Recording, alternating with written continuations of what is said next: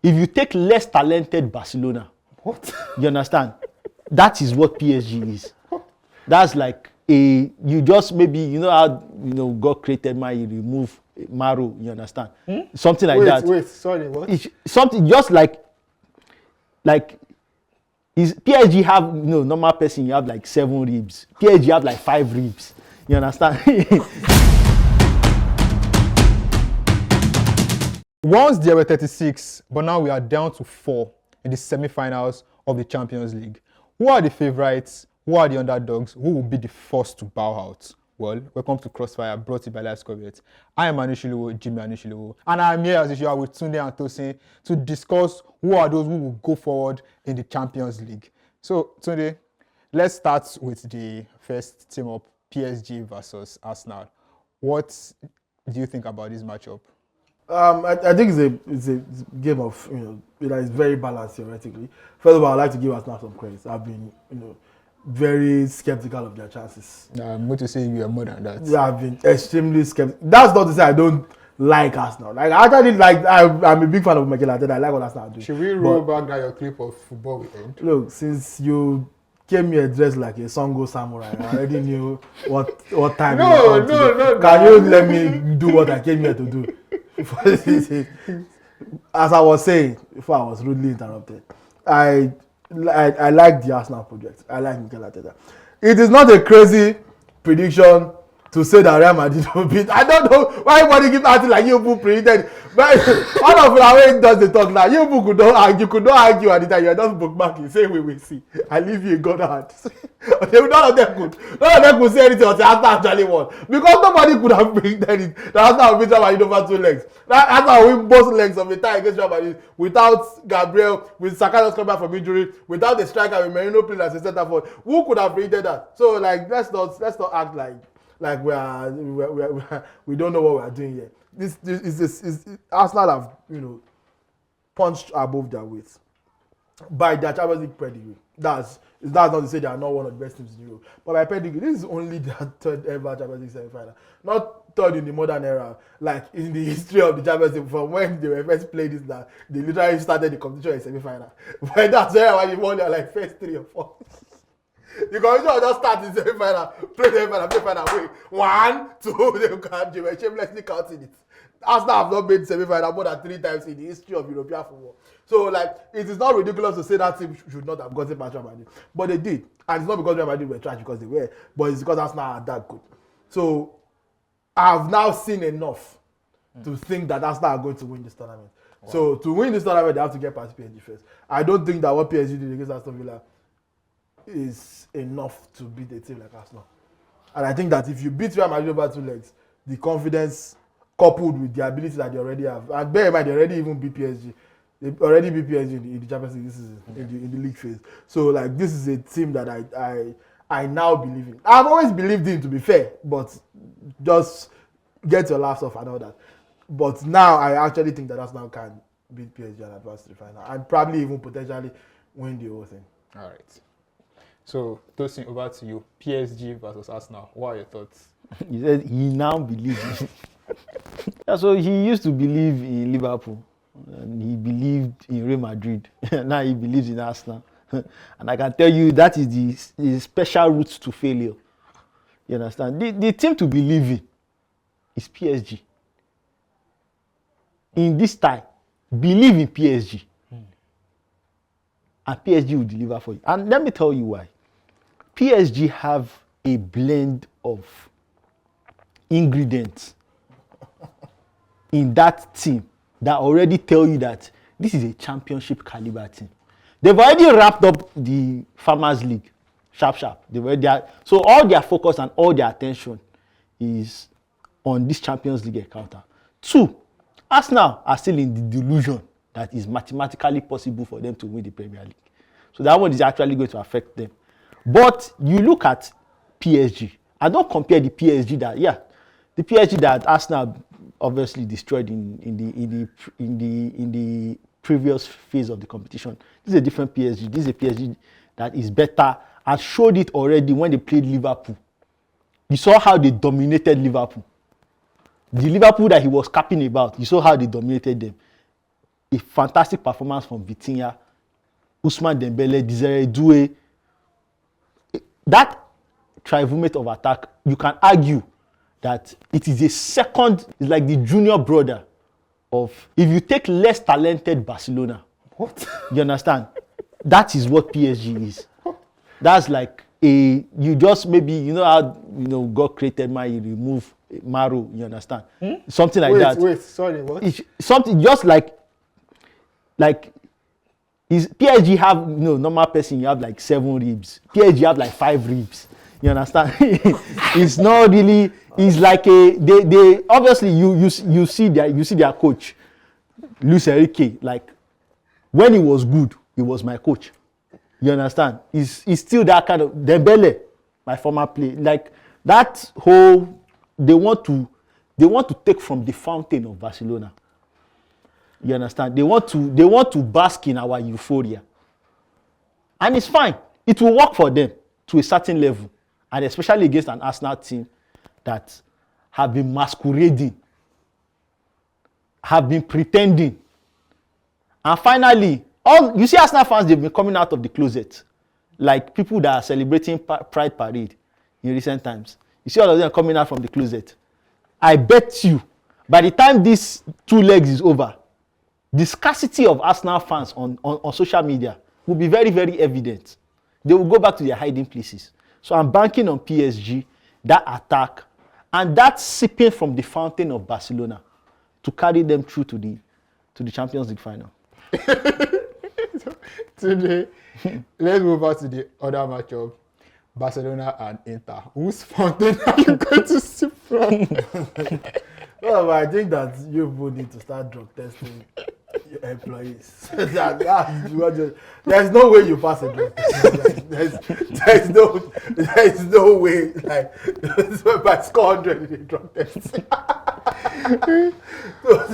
Well, apart from Tosin being clearly under the influence, he also does not watch football. I've been saying it.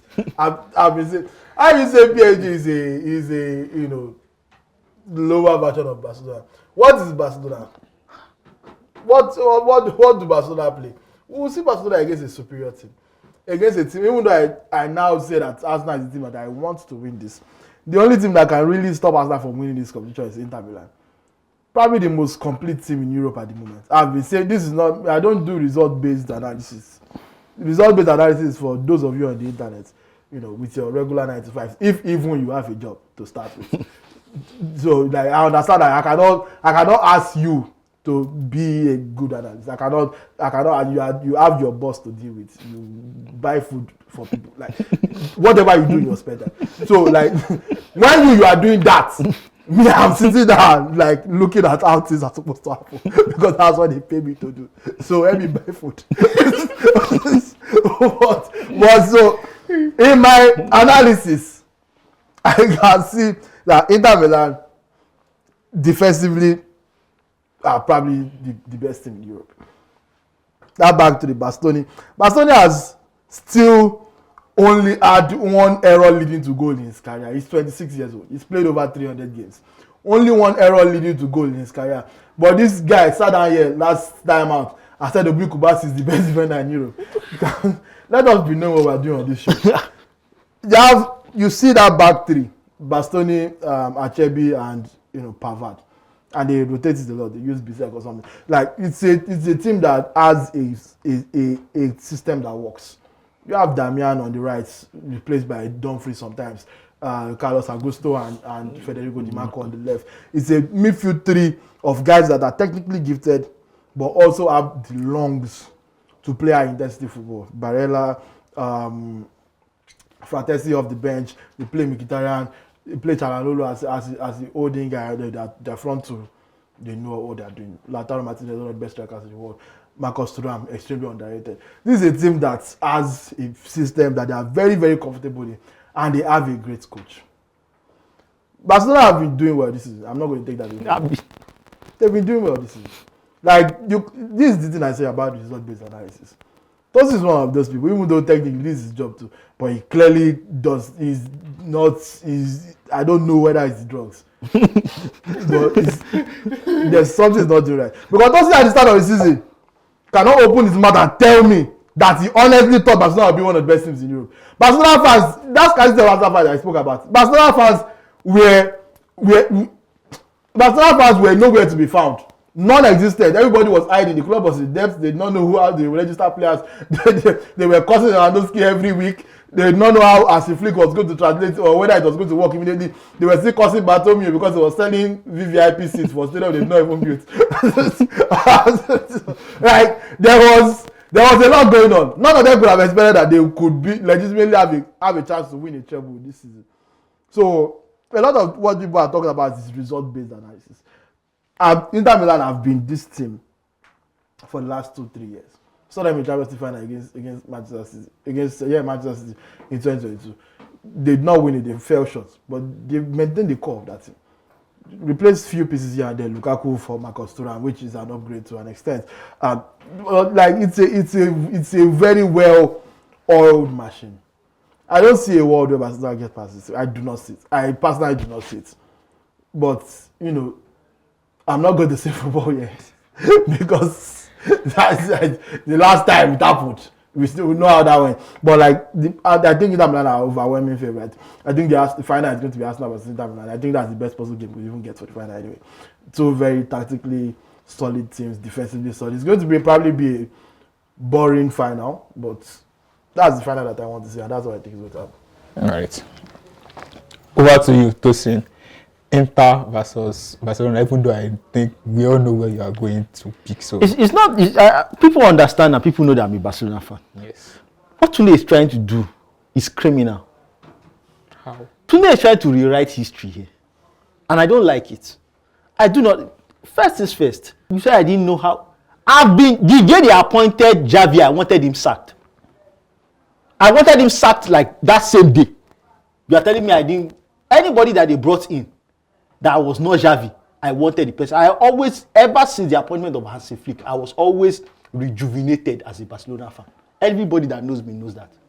Secondly, since the origination and the co-foundation of this show, see, your English on the too much show to see. Have I ever come on this show and told you that Barcelona is going to win the Champions League? Have I ever said it?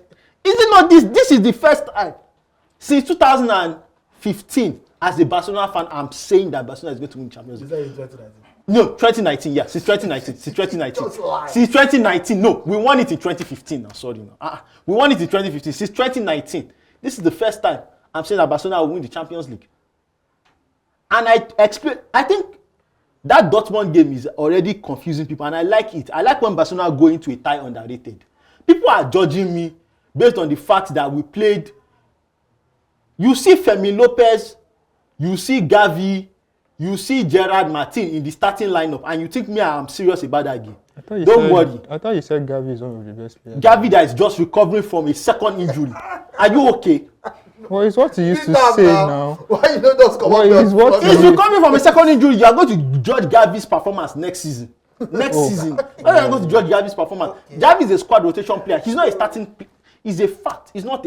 It's a fact. Gavi is not a starting player on this Barcelona team. Anybody that is a Barcelona fan and anybody that watches football, you are the one that always accuses people of not watching football. Anybody that watches football knows that our starting 11 this season was Casado, was Pedri.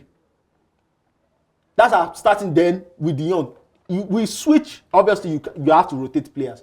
Gavi is not a starting player. Gerard Martin is not a starting player. Araujo is not a starting player. But if you want to believe the second leg in Dortmund, please believe it. You will see Bastoni at 26. He wants to start shining when he's 26. What has he been doing all these years of his life? He won a double. Don't worry. It's not all of his fault. A sleeping giant has been awoken. A sleeping giant has been awoken, and it took us a while.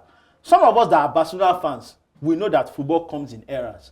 When I became a Barcelona fan in the early 2000s, you understand? It was a glory time for us. We went to the Champions League semi-final in 2004. We went to the Champions League final in 2006. won the Champions League 2006, won it in 2001, got to semi-final 2008, won it 2009, semi-final 2010, won it 2011, semi-final 2012, semi-final 2014, won it 20. Now we had a hiatus and we were on break. Daddy is back. Everybody go collect. It's like all of you. I'm seeing Arsenal.